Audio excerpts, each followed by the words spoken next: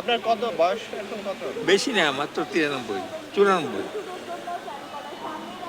ফ্যামিলিতে আর কে আছে? আমার স্ত্রী আছে, ছেলে মেয়ে আছে, নাতি নাতনি আছে, অনেকেই আছে।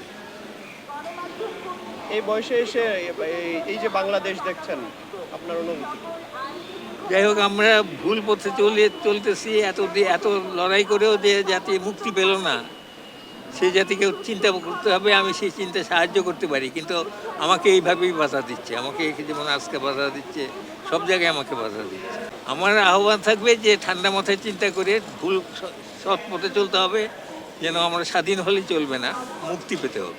মিরপুর থেকে এসছি, শাহবাগের এখান থেকে যখন ঢুকি তখন মিষ্টি হেসে পুলিশ বলে এখান থেকে অসুবিধা হবে, এর দিক দিয়ে যান, এই করে করে আরেকখানে গিয়ে আরেকজনে এরকম মিষ্টি হেসে আমাকে এই পথে যান 2-3 ঘন্টা ধরে হাঁটাচ্ছে। এবং 200 টাকা আমার 3-4 বার রিক্সা বদলাতে 200 টাকা রিক্সাও নিয়েছে।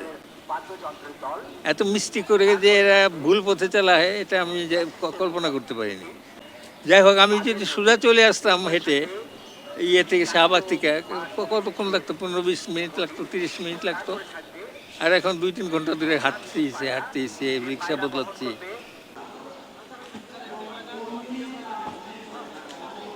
চিনি না, আমি তো আসছি সেমিনারে অ্যাটেন্ড করতে।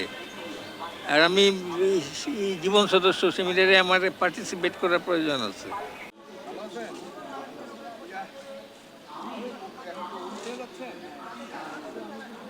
আপনি পরিচয় দেওয়ার পরেও আপনাকে সহযোগিতা করা হয় না, মিষ্টি হেসে আমাকে সহযোগিতার নাম করেই আমাকে ভুল পথে চালিয়েছে। সেখানে বলে এদিকে যান, আবার আর এদিক দিয়ে যাওয়া যাবে না, এর মুখে বাধা দিচ্ছে আর ভুল পথে চালিয়েছে। এটা আমি যাতে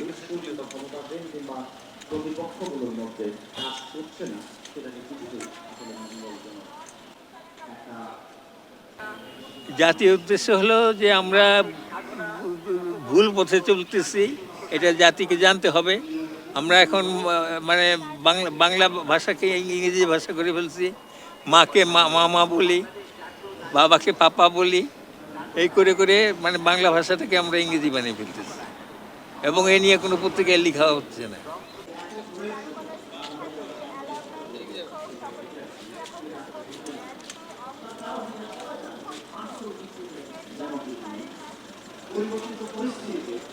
আগেও এসে আমরা আনন্দেই কাটাতাম, কিন্তু এখন মানে অনেক বদলে গেছে। এখন ঢোল ঢোল বাজানো, মিউজিক্যাল ইনস্ট্রুমেন্টই বেশি ইউজ করে।